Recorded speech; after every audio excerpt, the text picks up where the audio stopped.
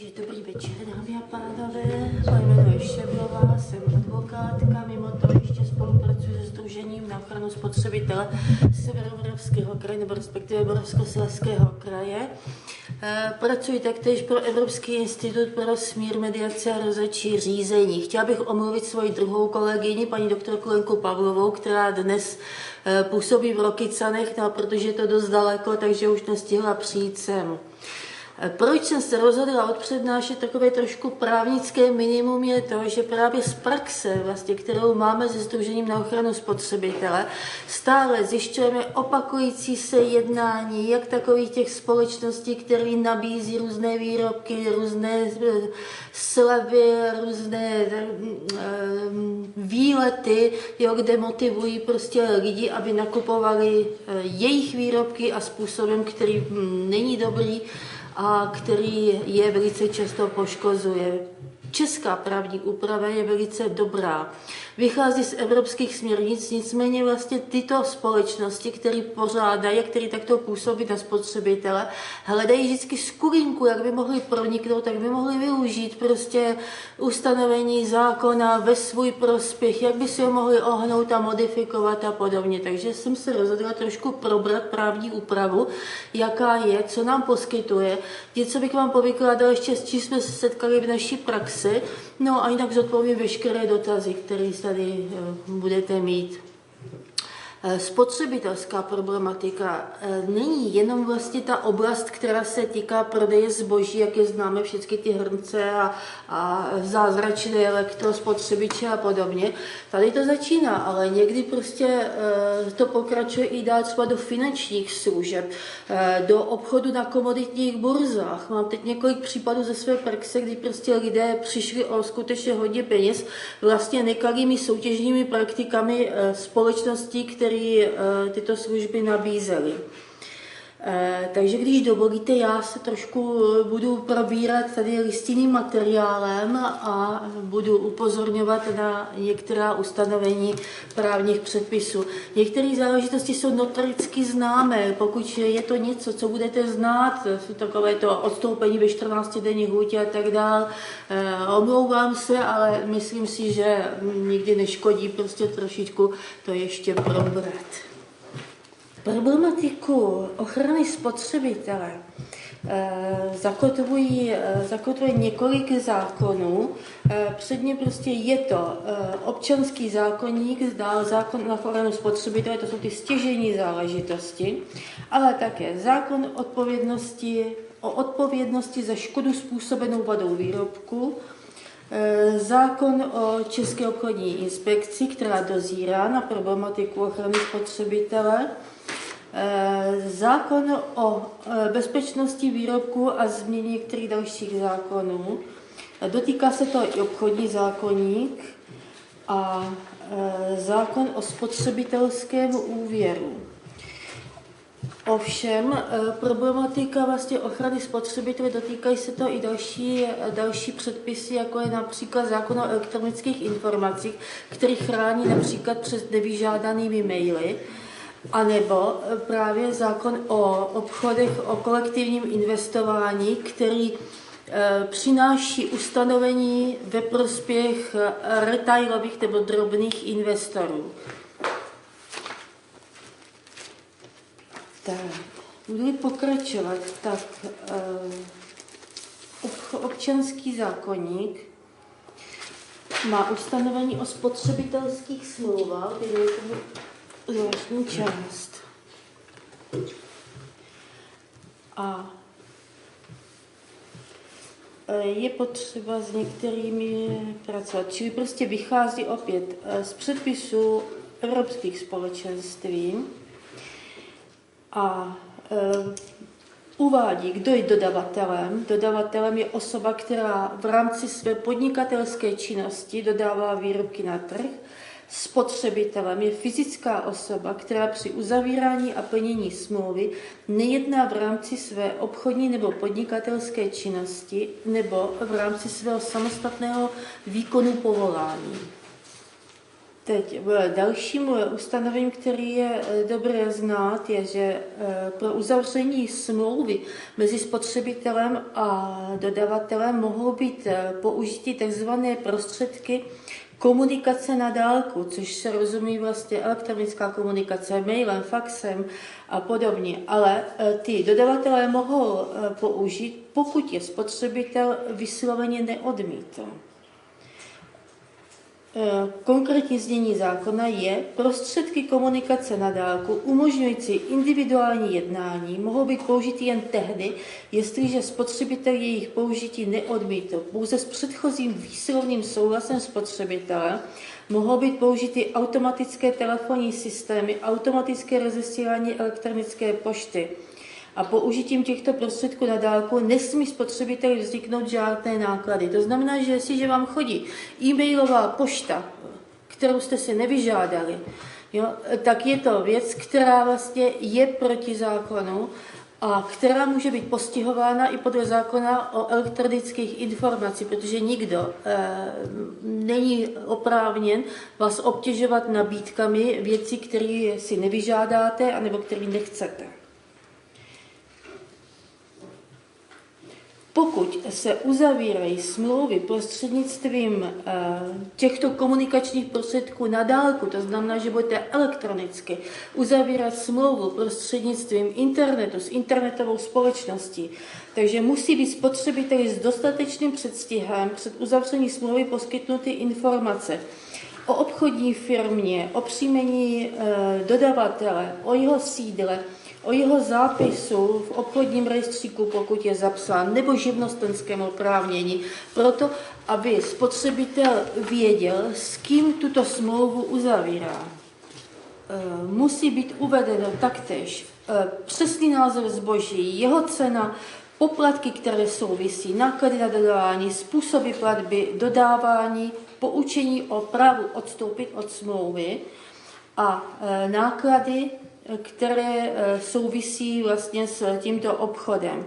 Čili v té chvíli, kdy spotřebitel má tyto perfektní informace, tak v těchto chvíli prostě by měl uzavírat smlouvu. Prosím vás, dávejte si pozor, vlastně, když běží internetové obchody, tam se klikají potom další a další kroky.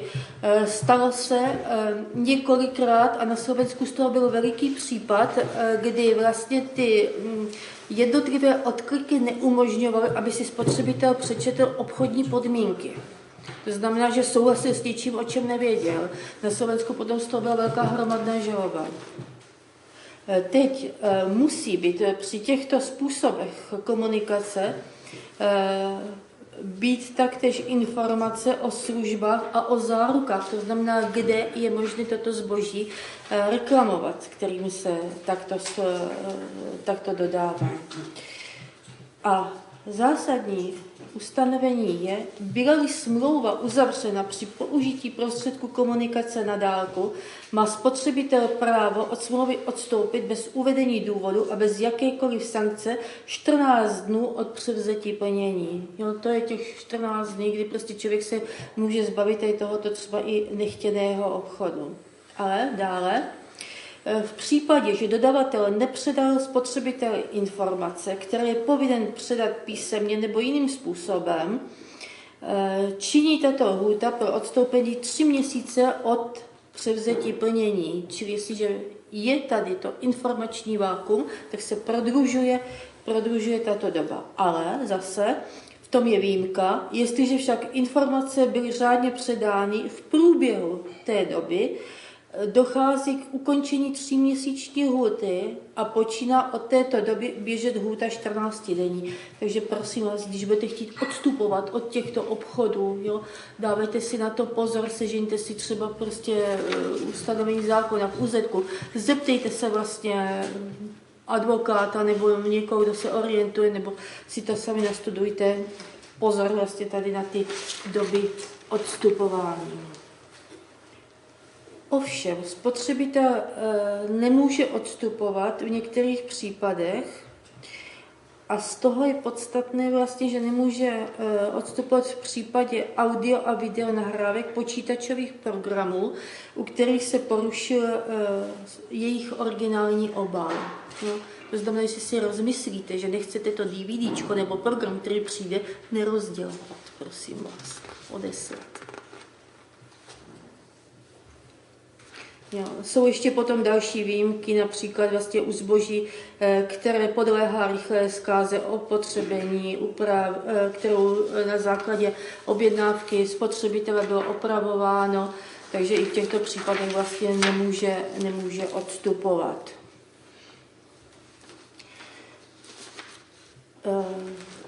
Zajímavým a praktickým ustanovením občanského zákoníku je, poskytuje-li dodavatel plnění spotřebiteli bez objednávky, není spotřebitel povinen dodavateli jeho plnění vrátit ani jej o tom vyrozumět. Nedávno se objevil, nebo přišel za mnou kamarád a říká, že mu někdo přinesl nějaký balíček, ani nevěděl, co to bylo za firmu, dodali mu to, k tomu už byla objednávka a k tomu už byly nějaké další postupy, jak má postupovat, byly to nějaké žiletky, jo, či prostě, nebo nějaký ten komplet na holení a jak si má objednávat žiletky a dodat si huty a podobně. Takže když nějaký takový nevyžádaný balíček k tomu přijde, prostě nekomunikovat. Jo. Nekomunikovat, neplatit, nechat jim to vůbec se s nimi nebavit. Dál, když budete objednávat něco prostřednictvím internetu, zákon zase říká, před podáním objednávky musí být při použití elektronických prostředků spotřebiteli umožněno zkontrolovat a měnit vstupní údaje v ní obsažené. Čili zase, jestliže tam bude nějaká taková ta vyhledávací maska, jo, ten formulářek a podobně, tak musí vám to umožňovat tu následnou kontrolu, musí to umožnit změnu některých údajů a podobně. Jestliže to neumožní, prostě neodesílat ten obchod, neuzavírejte. No, tato ustanovení občanského zákoníku potom navazuje zákon na ochranu spotřebitele, což je speciální zákon, který zase zpracovává ustanovení Evropské unie, Evropských společenství. Zase nám definuje, kdo je spotřebitelem, kdo je prodávajícím, co je výrobkem, který se takto prodává, co je padělkem potom. To jsou ty zboží, které narušuje práva k duševnímu vlastnictví a tak dále. A podstatný je vlastně z toho zákona, je velice dobré vědět, co jsou to nekalé obchodní praktiky, klamavé obchodní praktiky a agresivní obchodní praktiky. Zákon říká, že obchodní praktika je nekalá, je jednáním podnikatele vůči spotřebiteli v rozporu s požadavky odborné péče a je způsobilé podstatně ovlivnit jeho rozhodování tak, že může učinit obchodní rozhodnutí, které by jinak neučinil. To je vlastně to východisko, o kterém potom budu dál mluvit v těch ustanoveních dalších. Je zakázat, tyto praktiky jsou zakázány a kromě toho ještě speciální ustanovení má zákon pro ochranu lidí, kteří v duševní nebo fyzické slabosti nebo věku jsou zvlášť zranitelní. Čili jakákoliv praktika vůči nim provozovaná je okamžitě zakázána. A toto je vlastně to nekalé obchodní praktiky vlastně ustanovení vlastně rámcové a pod tím zákon definuje, co jsou to klamavé. Čili klamavé je-li užit nepravdivý údaj o zboží nebo o prodejci, nebo je-li údaj sám o sobě pravdivý, ale může vést spotřebitele v omyl vzhledem k okolnostem a souvislostem, za některých byl užit. Jo? Čili to jsou takové ty polopravdy, polotvrzení a tak dále. Jo? Klamavou obchodní praktikou je zase opomeneli podnikatel uvést důležitý údaj, jen s přihlédnutím ke všem okolnostem lze podnikateli spravedlivě požadovat a zase se říká, co je za opomenutí, pardon, já už se do toho někde zapletám. Co je opomenutí, čili prostě jestliže není na zboží nebo na adrese podnikatele něco podstatného uvedeno, jo, ať teda konáním nebo opomenutí, zase je to klamavá obchodní praktika. Za další, vedeli způsob prezentace výrobku či služby, včetně srovnávací reklamy, nebo jejich uvádění na trh k záměně s jinými výrobky či službami, nebo rozlišovacími znaky jiného podnikatele. Či zase taková ta klamová prezentace. My máme zboží, ale já nevím prostě, nebo na způsob toho a tak dále, to připodobnění se vlastně k něčemu dalšímu a tak dále. Čili to se považuje za praktiku nekalou. Za další, není-li dodržen závazek obsažený v kodexu chování, k jehož dodržování se podnikatel zavázal, jde-li o jednoznačný závazek, který lze ověřit a podnikatel v obchodní praktice uvádí, že je vázán kodexem. Může to být případ třeba realitní kanceláře, která má svůj kodex chování a jednání. Jo? A tam může existovat to, že se někdo vymlouvá, že mu prostě něco tento kodex nařizuje. Jo? Nebo zase naopak vlastně se chová v rozporu s tímto kodexem, zase se to považuje za klamavou obchodní praktiku. Za klamavou obchodní praktiku se pak použije nabízení nebo prodej výrobku nebo služeb porušující některá práva duševního vlastnictví, čili klasicky prostě jako čtyřproužkové adidasy a podobné takové výrobky. Agresivní obchodní praktika je taková, která obtěžováním, donucováním, včetně použití nepatřičných ovlivňování výrazně zhoršuje možnosti svobodného rozhodování spotřebitele. A to je prostě něco, ty nevyžádané telefony, to zastavování hodně starších lidí na ulici, to tvrzení, vyhráli jste, přijďte si pro výhru a tak dále. Toto už se považuje za agresivní obchodní praktiku. Zákon potom ještě to definuje, tyto praktiky v přílohách a říká, klamavé obchodní praktiky jsou, pokud podnikatel prohlašuje, že se zavázal dodržovat určitá pravidla chování, a to jsme zase u toho etického kodexu, čili tady to zákon potom v příloze ještě rozvíjí, ty výmluvy na etický kodex nebo na druhé straně jeho nepoužívání. Za další, neoprávněné používání značky jakosti nebo podobného označení, to znamená i toho prostě bezvadnosti výrobku a podobně, pokud to použije někdo v rozporu, zase je to klamavá obchodní praktika. Nebo prohlašuje, že jemu nebo výrobku nebo službě bylo uděleno určité schválení, potvrzení, povolání a nemá je, zase je to klamání.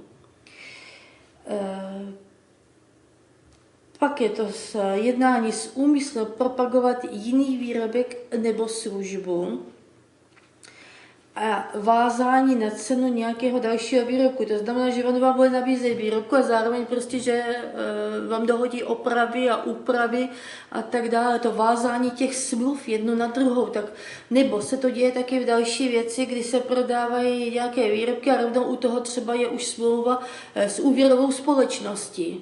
Jo, ty navazující smlouvy na sebe. Další. Nepravdivě uvádí, že výrobek nebo služba budou nabízeny pouze po omezenou dobu, nebo že budou nabízeny jenom za určitých podmínek s cílem přimět spotřebitele k okamžitému rozhodnutí. Vys, okamžitě si to kupte, teď už to vyjde z módy, teď je to levné a tak dále. Klamavá obchodní praktika. Potom, když se líbí poskytnout záruční a pozáruční servis spotřebitelů, v případě jazykových problémů, jo, či prostě prodává tady určité etnikum nějaký výrobek a slíbí záruční, pozáruční servis a on se neděje, takže v těch jazykových problémech tady tyto záležitosti, ty praktiky, které nejsou přesně uvedeny, nejsou přesně, to není k tomu příklad a tak dále.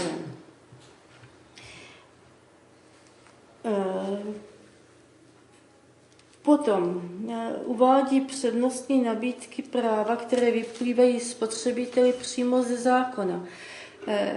Či ovlivňuje spotřebitele tím, že mu tvrdí, že mu poskytuje nějaký nadstandardní služby, nadstandardní informace, ale přitom je povinen tyto informace poskytnout ze zákona.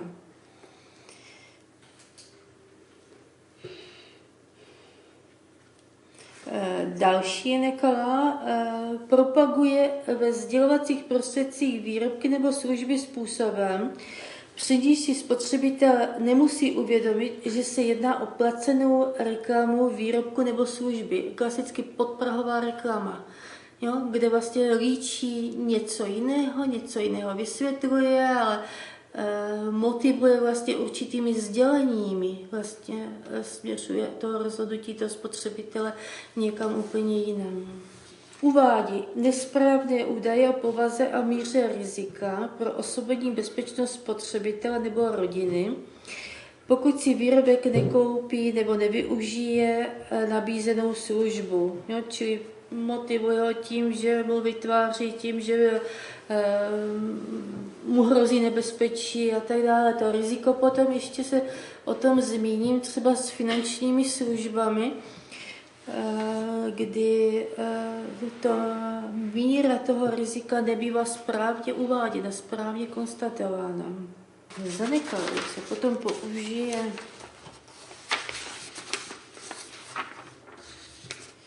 klasický pyramidový program. No, to všichni známe, všichni jsme se s tím určitě setkali, vlastně ty letadla a podobně, čili to se považuje zase za klamovou obchodní praktiku. Klamavým je dále nepravdivé prohlášení, že zamýšlí ukončit svoji činnost nebo že přemístuje svoji provozovnu. Dál, když prohlašuje, že jim nabízené nebo prodávané výrobky nebo služby usnadní výhru ve hrách založených na náhodě. Jo, zase to tady měla, možná, že to stále ještě provozuje, nějaká knižní společnost, která posílá certifikáty, vyhráli jste 3 miliony a 100 000 a podobně a tak dále. A objednejte si knížečky, třeba budeme losovat. Jo, takže toto vlastně to je jedna z těch praktik.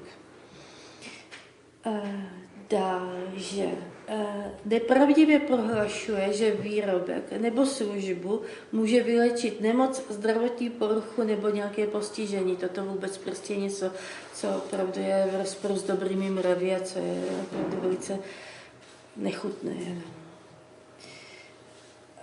Za další. Přiloží k propagačnímu materiálu výzvu k provedení platby s cílem vyvolat u spotřebitele dojem, že si nabízený výrobek nebo službu již objednal, ačkoliv tomu tak není. Speciálně toto dělají některé knižní společnosti. Dokonce i mně se to stává, že jisté nakladatelství mě pošle, že vyjde prostě odborná publikace, u toho je přiložena faktura a tak dále. Takže okamžitě já to vyhazuju, ale spousta lidí si to nevšimne, třeba to zboží si koupí, prostě, ale je to nekalá praktika, ale je to obrovská drzost.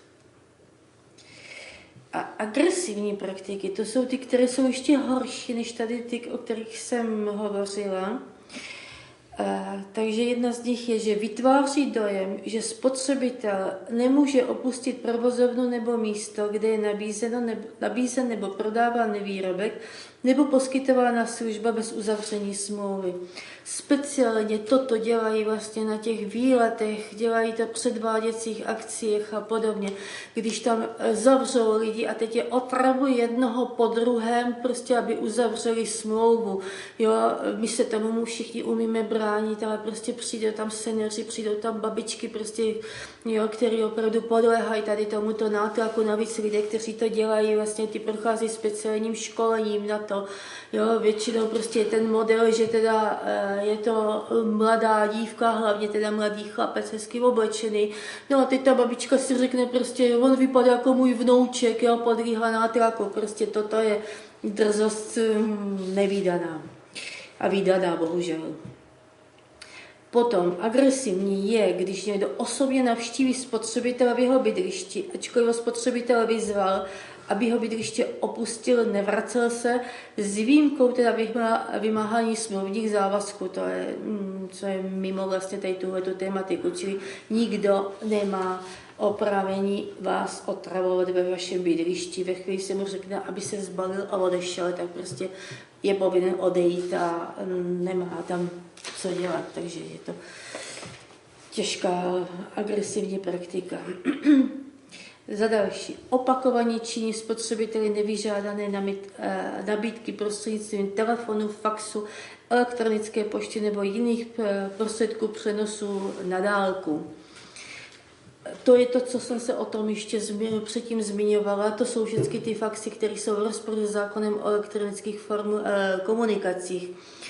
Ale je to prostřednictvím telefonu. Mně se třeba stalo, že moje kamarádka před 2 lety někde na nějaké předvaděčce, jak se ptali, komu byste ještě doporučoval, jaká telefonní čísla byste oznámil, tak dál, řekla moje telefonní čísla. Dušuje se, že už to nikdy neudělala. A po 2 roky se mi vždycky někdo ozve a řekne, máme pro vás nabídku prostě a teď tam melduje chvilku a řekne, a jak se vám to líbí? Říkám, fajn, odkud máte moje telefonní číslo, teďka jmenuje moji kamarádku, či oni si to všechno předávají, tady tohleto. Ale prostě je agresivní praktika, nesmí to dělat. Potom požaduje po spotřebiteli při uplatňování práva vyplývajícího z pojistné smlouvy a předložit doklady, které nelze při posuzování oprávněnosti nároku pokládat za důvodné. No, čili vlastně někdo chce po vás doklady, které vůbec s tou pojistnou smlouvou prostě nesouvisí. Další agresivní praktika je, že prohlašuje, že pokud si spotřebitel výrobek nebo službu nekoupí, ohrozí tím jeho podnikání, pracovní místo nebo existenci, čili citové vydírání, prostě kupte si ode mě, já skončím a zkrachuju. Za další, vytváří klamný dojem, že spotřebitel vyhrál nebo vyhraje, pokud určitým způsobem bude jednat. Jo? Čili zase je to podobné, co jsem mluvila předtím o těch knižních záležitostech. To jsou takové praktiky, které jsou vlastně podobné. Zákony tady mám v několika odrážkách, ale je to zase to vázání prostě na výhru, která se vlastně téměř nikdy neuskuteční. Dalším zákazem je zákaz diskriminace spotřebitele. Zákon říká větu pouze v tom, že prodávající nesmí při prodeji výrobku nebo poskytování služeb spotřebitele diskriminovat. Tam se může skrývat pod tím spousta různých ustanovení a spousta různých jednání. Čili prostě je potřeba, aby jednal stejně ke každému spotřebiteli, aby neříkal, prostě vás neobsloužím, vám to nedám a podobně. Čili je to zase zakázaná činnost. Podnikatel, dodávající spotřebitel, je povinen řádně informovat spotřebitele. Je to speciální ustanovení zákona několika paragrafech o informačních povinnostech, čili prodávající je povinen řádně informovat spotřebitele o vlastnostech prodávaných výrobků nebo charakteru služeb, o způsobu použití a údržby výrobku, o nebezpečí, který vyplývá z nesprávného použití nebo údržby, o riziku souvisejících s poskytovanou službou a jestliže to spotřebné, tak s ohledem na povahu výrobku musí předložit písemný návod. A je to povinnost, které se nemůže podnikatel zprostit. Poukazem na skutečnost, že informaci neposkytl výrobce, dovozce nebo dodavatel. Čili jestli může mu výrobce, dodavatel nebo dovozce skutečnosti neposkytl, tak by to nemá vůbec prodávat, nebo si ty informace musí zajistit nějak jinak. Prodávající musí zajistit, aby jim prodávané výrobky byly přímo viditelně a srozumitelně označení výrobce, dovozcem, dodavatelem a názvem výrobku, údaj o hmotnosti, o množství, velikosti, čili toto prostě musí být vždycky uvedeno.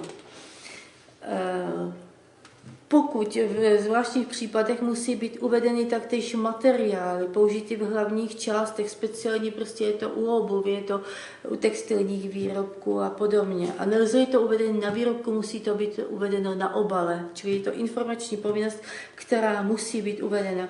Informace musí být poskytnuty v českém jazyce. To je další povinnost, která byla žádné anglické, německé návody a podobně.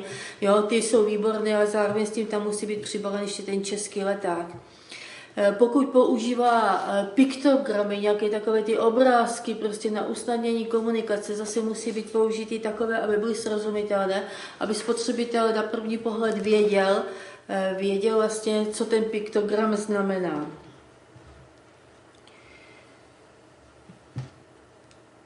Musí být poskytnuty informace o ceně. Informace o ceně nebo okolnost, že cena je neúplná nebo chybí a tak dále, nesmí vzbuzovat zdání, že cena je nižší nebo že cena závisí na okolnostech, na kterých skutečně nezávisí. Čili tady nesmí být zase nějaké takové ty nejasné, klamavé údaje, nejasné. Tam musí být napsaná cena, která prostě je naprosto jasná.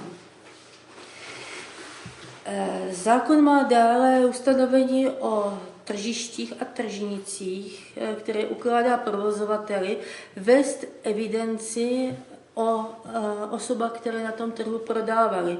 A ty musí uchovávat po dobu 1 roku. Čili stane se vám, že koupíte něco na tržnici a pak tam hledáte trhovce, tak, a nebude-li tam, tak obrátit se na provozovatele tržnice, protože ten musí evidenci vést. Není možné, aby někdo tam něco prodával, ztratil se a potom už ho nebylo vidět. Zákon umožňuje dále, nebo ukládá dále, že umožňují to povaha výrobku, je prodávající povinen na žádost spotřebitele výrobce předvést a předávat záruční list. Což se snad děje, ale nicméně je dobré prostě si to být vědomí a předvedeli, tak vyžádat si tuto činnost. Zákon taktéž ukládá na žádost spotřebitele je prodávající povinen vydat doklad o zakoupení výrobku nebo o poskytnutí služby. Myslím si, že většinou se tady tahleta záležitost děje. Tak, zákon ještě potom má ustanovení o povinnosti informovat o výkupu vratných zálohovaných obalů, tak tam v tom není problém. Ustanovení o křišťálovém sklu, o dalších výrobcích a tak dále. Ukládá povinnosti informovat reklamace, čili kde je potřeba reklamaci uplatnit, jestli v případě, že se jedná o smluvní společnost odlišnou od prodejce, zase musí dodavatel uvědomit, kdo přijímá reklamace, za jakých podmínek, jeho adresu a tyto informace. Tak. Zákon ukládá povinnost rozhodovat o reklamaci ihned, o uplatněné reklamaci ihned, bez ohledu, zda se uplatňuje u prodejce nebo u té osoby, která je smluvně zavázána, čili má rozhodnout ihned a ve složitějších případech do 3 pracovních dnů. Reklamace má být vyřízena bez zbytečného odkladu, nejpozději však do 30 dnů, pokud se ze spotřebitelem nedohodne na delší lhůtě. Či budete něco reklamovat, dávejte si pozor na tyto lhůty a trvejte na jejich dodržení. Zákon o ochraně spotřebitele potom uvádí, které jsou dozorové orgány nad činností prodejců, činností osob, které vlastně dodávají výrobky, čili v prvé řadě je to Česká obchodní inspekce. Pokud se týká zemědělské výrobky, tak Česká zemědělská potravinářská inspekce a tak dále. Celní úřady dozírají nad tím, zda není dodáváno zboží označené padělky. To znamená, že použití ochranných známek, které vlastně tam nemají co dělat a tak dále. Dozor nad dodržování povinností, které se týkají vlastně finančních služeb, potom dozírá Česká národní banka a další orgány. Tady s tímto už potom vás nebudu zatěžovat. Zákon potom uvádí, které správní delikty jsou trestány, jakým způsobem jsou z toho vyvozována odpovědnost a jaké jsou sdružení na ochranu spotřebitele, čili speciální právnické osoby, které se zabývají ochranou spotřebitele, které poskytují poradenskou službu, právní servis a související služby. Sdružení na ochranu spotřebitele působí i v Brně, který je vlastně pro náš kraj.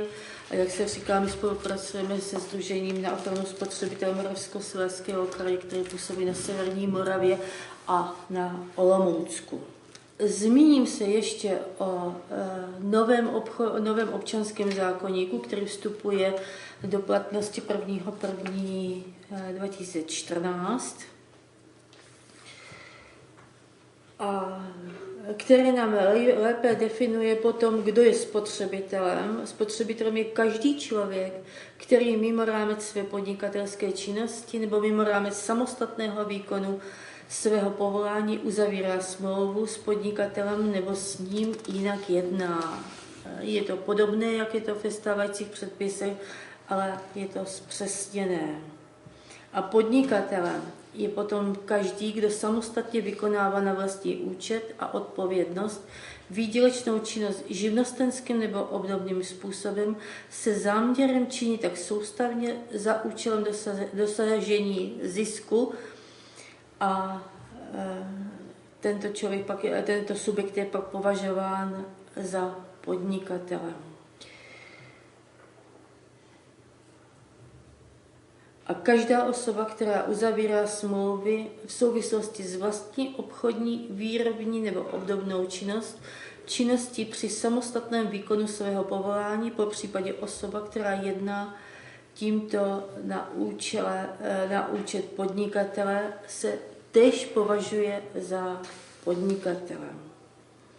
Nový občanský zákoník zakazuje všecká jednání, která zakládají v rozporu s požadavkem přiměřenosti, významnou nerovnováhu práv nebo povinností stran v neprospěch spotřebitele. Nový občanský zákoník právě víc si hledí spotřebitele, považuje ho právě za slabší stranu. Slabší stranu, hlavně se to projevuje třeba při jednání s bankami, při jednání s úvěrovými společnostmi, při jednání potom s obchody na komoditních burzách, kdy hledí na to, že i když vlastně jde o spotřebitele, správnou osobu, tak je jasné, že je tou slabší stranou, která nemusí všem ustanovením rozumět, jo? Kde je potřeba větší péče, kde je potřeba mu věnovat větší zřetel na jeho informovanost. Jo? Čili v tomto vlastně je nový občanský zákoník daleko lepší a pokrokovější už než stávající zákon.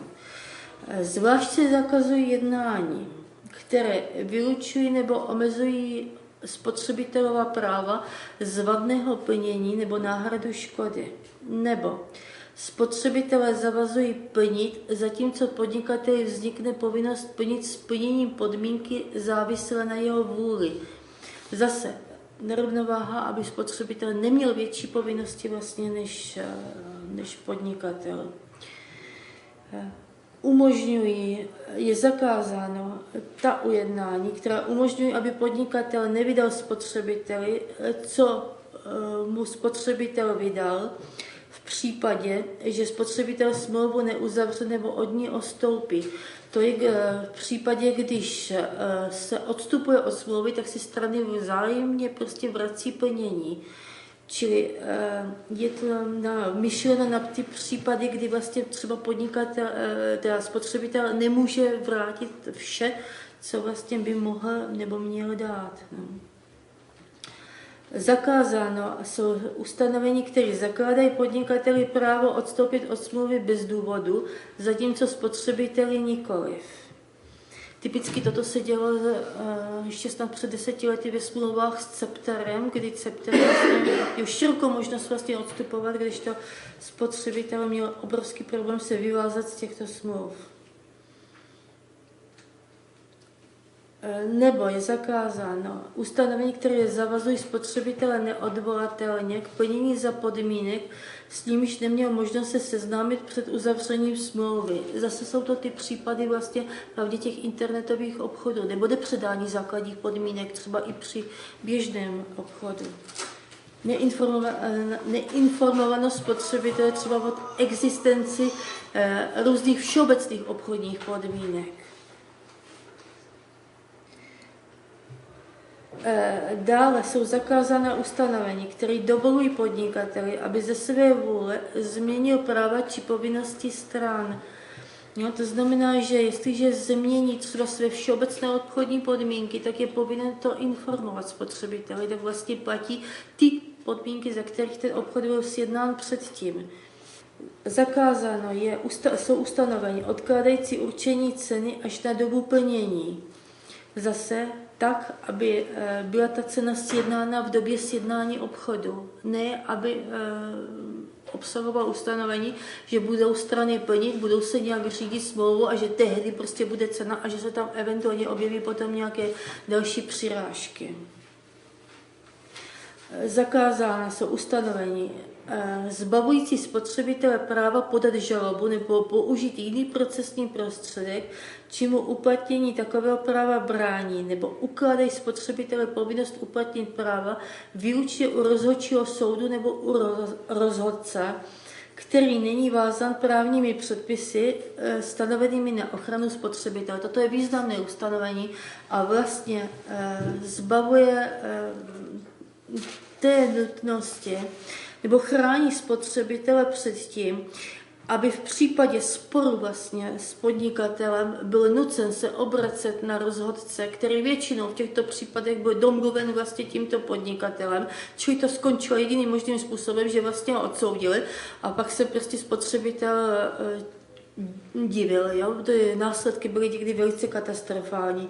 Čili není možné zbavit spotřebitele práva podat žalobu a pokud rozhodce, tak potom rozhodce ten, který je vázán předpisy stanovenými na ochranu spotřebitele. Typicky prostě to je, když to tady není jmenováno, tak je to rozhodčí soud při hospodářské komoře a agrární komoře, který je jeden ze 3 stálých českých soudů, který vlastně disponuje renomovanými rozhodci, má přísná ustanovení na ochranu spotřebitele a přísná ustanovení vlastně na činnost, procesní předpisy vlastně na činnost tohoto soudu. On málo kdo ví, že vlastně jsou tu 3 stále rozhodčí soudy, tento soud, ten při hospodářské agrární komoře a potom ještě při komoditní burze, s tím se prakticky nesetkáme a potom při ještě jeden speciální. A to, co se setkáváme, že tady působí různé rozhodčí orgány, rozhodci, já nevím, SRO,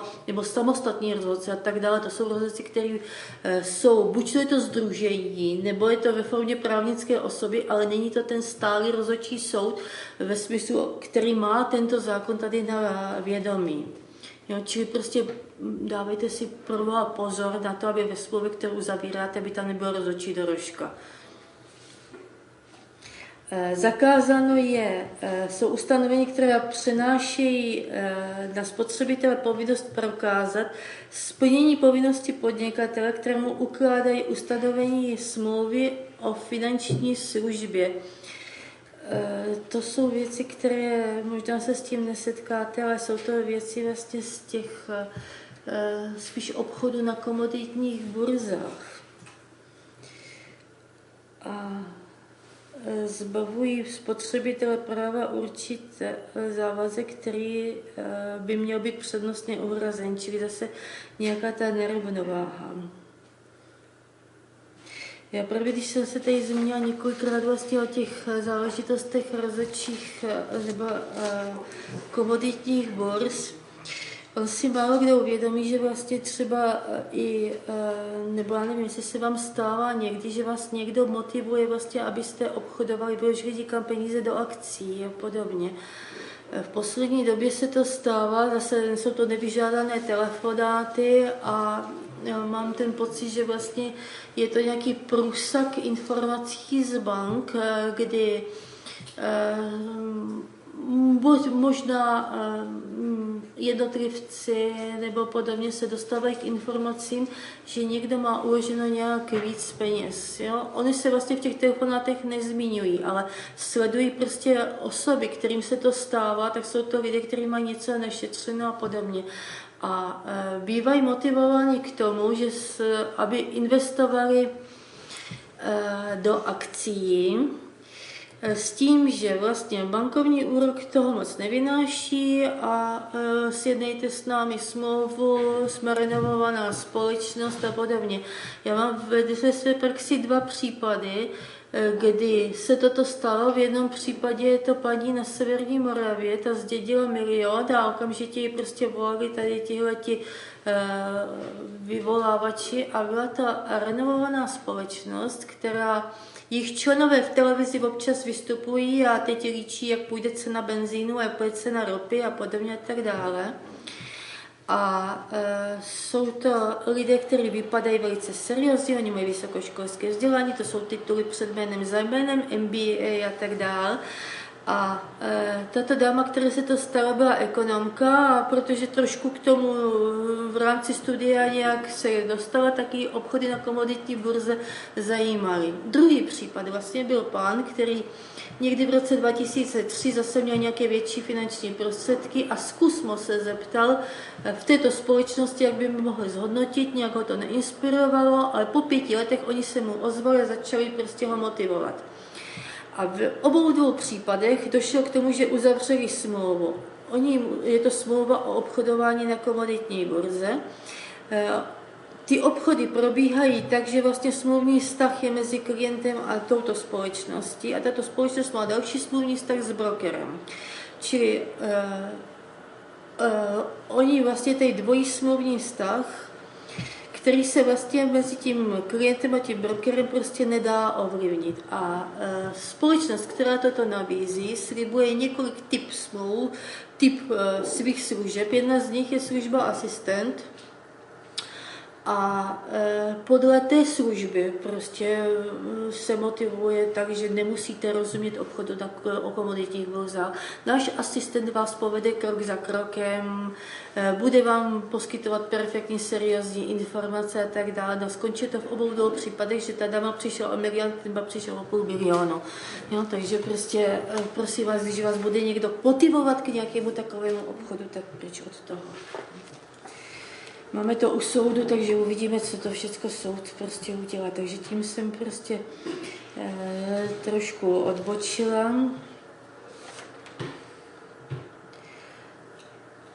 A nový občanský zákoník potom má zpřesněnější informace vlastně o používání právě těch prostředků komunikace na dálku, označuje to jako distanční smlouvy a ukládá po zkušenostech, které vlastně jsme nabili nebo vlastně jsme získali v průběhu vlastně uzavírání těchto smluv, tak zpřesňuje ona ustanovení, stejně tak jako zpřesňuje potom povinnosti prodejců při uzavírání závazků mimo obchodní prostory, čili to je klasicky prostě předváděčky, tržnice a tak dále. Uvádí, že za smlouvu uzavřenou mimo prostor obvyklý pro podnikatelovo podnikání se považuje taktéž smlouva uzavřená v prostoru obvyklém pro podnikatelovo podnikání, pokud k jejímu uzavření došlo bezprostředně poté, co podnikatel oslovil spotřebitele mimo tyto prostory, čili to je typicky na ulici. Jistá společnost, velmi známá, prostě dámy její postávají po ulici, chytají hlavně starší osoby, chytají ženy, speciálně v Ostravě se nám stalo 80, aby jo, vysloveně prostě 80leté babičky tam chytali, vykládali, vy jste vyhrála, pojďte, máte 1000 výhry, přijďte k nám, jo, my vám předveme do další zboží, vezmete si tu výhru a tak dále. Skončilo to tím, že prostě paní odcházela, měla uzavřenou smlouvu na Kastovi za 32 000 prostřednictvím Home Credit a výhra prostě nebyla vůbec nikde. Já jsem třeba jeden případ, to jsem řešila v Brně, maminka mé klientky, paní šla z chemoterapie, jo, dokážeme si představit, jak jí bylo zle, jo, na Janské ji odchytili, přilákali, uzavřeli s ní smlouvu, takže potom jsme to jako těžko prostě, jsme se to zbavovali z nějakých 32 se mi to podařilo stáhnout aspoň na 6 000, jo, ale prostě tyto praktiky opravdu jsou používány, jo, takže byla velká diskuze vždycky vlastně ještě podle stávající úpravy, kde ta smlouva byla upravena, nový občanský zákoník říká prostě, i když to chytne na ulici, tak prostě to uzavřel v rámci svého podnikání ve svých prostorách podnikatelské činnosti. A dál prostě za uzavření těchto smluv se považuje i během zájezdu organizovaného podnikatele za účelem propagace prodeje. Takže zase prostě je to zpřesnění vůči stávající úpravě, vůči čemu vlastně jsme tady svědky. Odstoupení od smlouvy, opět nový občanský zákoník zase podtrhuje, má právo odstoupit ve lhůtě 14 dnů a lhůta běží ode dne uzavření smlouvy, jde-li o kupní smlouvu, ode dne převzetí zboží, jde-li smlouvy, jež předmětem je několik druhů zboží tak, nebo dodání několika částí, takže ode dne převzetí poslední dodávky, a smlouvu, jež předmětem je pravidelná opakovaná dodávka zboží, ode dne převzetí první dodávky zboží. A pokud nebyl spotřebitel poučen o právu odstoupit od smlouvy v souladu s tímto ustanovením, může spotřebitel odstoupit do 1 roku a 14 dnů ode dne počátku běhu lhůty od odstoupení v předchozím odstavci. Čili prostě pokud nepoučí, tak prostě ta lhůta se prodlužuje ještě.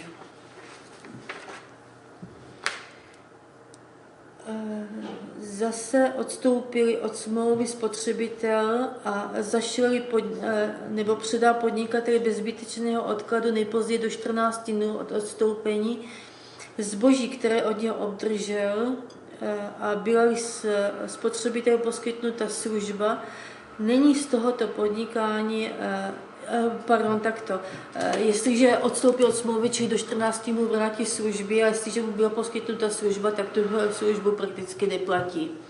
Zase jsou to ustanovení, kdy spotřebitel nemůže odstoupit od smlouvy a jsou tu jednotlivé případy, vlastně dodání alkoholických nápojů, dodání zboží, prostě rychle se kazících, jo, oprava, údržba, a zase se objevuje vlastně to ustanovení o zvukových, obrazových nahrávkách, počítačových programech za použití vlastně použití obalu. Takže toliko vlastně k novému občanskému zákoníku.